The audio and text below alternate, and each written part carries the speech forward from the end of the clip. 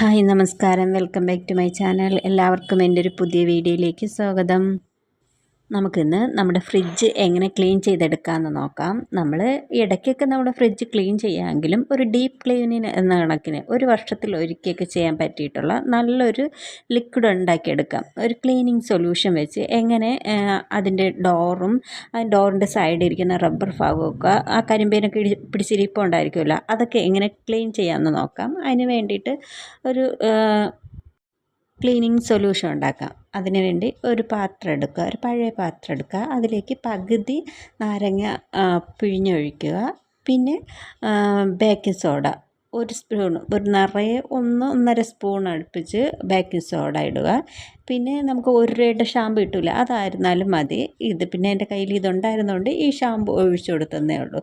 ഈ ഷാമ്പിന് പകരമായിട്ട് നമുക്ക് പാത്രം കഴുകണ വിമ്മിൻ്റെ ലിക്വിഡ് ഒഴിച്ചു കൊടുത്താൽ മതി. പിന്നെ വിനിഗർ, ഒരു 2 അടപ്പോളം വിനിഗറും കൂടെ ഒഴിച്ചു കൊടുത്തിട്ടുണ്ട്. ഇത് നല്ലോണം ഒന്ന് മിക്സ് ചെയ്യുക. ഇത് വെച്ചിട്ട് നമ്മളെ ഫ്രിഡ്ജിൻ്റെ ഡോറിൽ റബ്ബർ ഭാഗം ഉണ്ടല്ലോ, അത് കരിമ്പേനും പുള്ളിയും ഒക്കെ പിടിച്ച് ആകെ വൃത്തികേടായിട്ടിരിപ്പുണ്ട്. ഇതാണ് എൻ്റെ ഫ്രിഡ്ജിൻ്റെ കോലം. ഇനി ഇത് നമുക്കൊന്ന് നല്ല രീതിയിൽ എങ്ങനെ ക്ലീൻ ചെയ്യാൻ നോക്കാം. ഒരു പഴയ ബ്രഷ് ഉണ്ടെങ്കിൽ അതെടുത്ത് ഇതിൽ മുക്കിയിട്ട് നന്നായിട്ട് തേച്ച് കൊടുക്കുക. വലുതായിട്ട് ബലമൊന്നും പ്രയോഗിക്കേണ്ട. അത് ഒരുവിധം തേച്ച് കഴിയുമ്പം തന്നെ അതിൽ അഴുക്കും ചെളിയൊക്കെ ഇളകി വരുന്നതായിരിക്കും.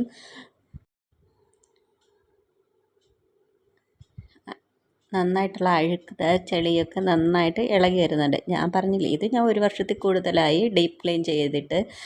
അല്ലെങ്കിൽ അകത്തെ ട്രാള് മാത്രം എടുത്ത് കഴുകി തുടച്ച് വയ്ക്കുകയുള്ളൂ. ഇത് തമ്മിലുള്ള വ്യത്യാസം കണ്ടോ?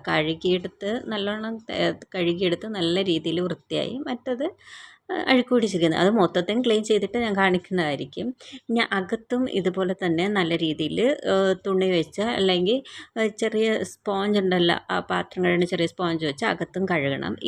അകത്ത് കഴുകുമ്പോൾ നമുക്ക് വേണമെങ്കിൽ അതിനോട് അല്പം ഉപ്പ് കൂടെ ഇട്ട് കൊടുക്കും. ഒരുവിധം നല്ല രീതിയിൽ വൃത്തിയാക്കി എടുത്തിട്ടുണ്ട്.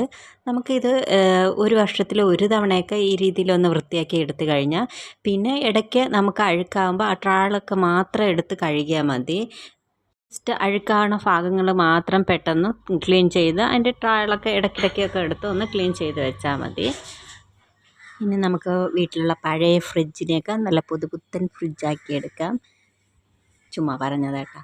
നിങ്ങൾക്ക് പറ്റുന്ന രീതിയിൽ ഒന്ന് ക്ലീൻ ചെയ്തിടുക. Thanks for watching.